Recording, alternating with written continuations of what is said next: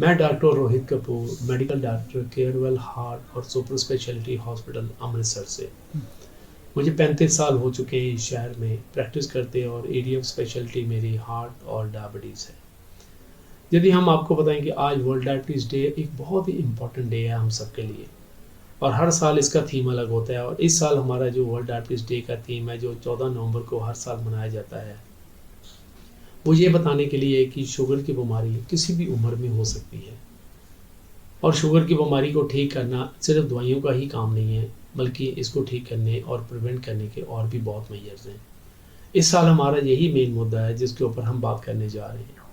पर सबसे पहले मैं आपको ये बता दूं कि हमारे भारत में आज की डेट में 10 करोड़ से ज़्यादा डायबिटीज़ के पेशेंट्स हैं, और एक ऐसा आंकड़ा मैं आपको बताऊं कि 13 करोड़ ऐसे लोग हैं जिनको प्री डायबिटीज़ है, जिनको डायबिटीज़ होने का बहुत खतरा है।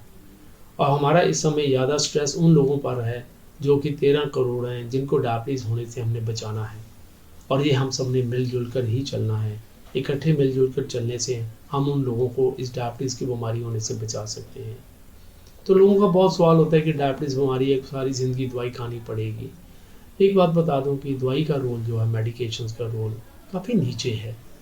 यदि आपको डायबिटीज़ की बीमारी को ठीक करना, तो सबसे ज़रूरत क्या है? अपनी लाइफस्टाइल को ठीक करना, अपनी डाइट को कंट्रोल करना, एक्सरसाइज करना, अपनी बॉडी वेट को कंट्रोल करना।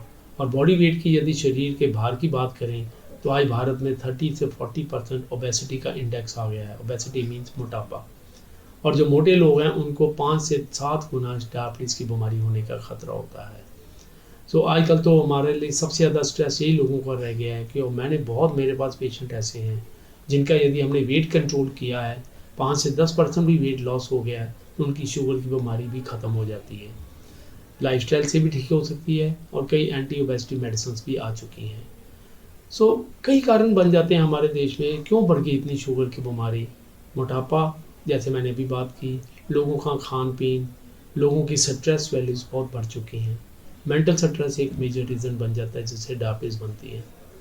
हेरिडिटरी, परिवार, एक ये सब फैक्टर काउंट करते हैं। पर फिर भी आज इस वर्ल्ड डायबिटीज़ डे पर हमारा मुद्दा यही बताने का है।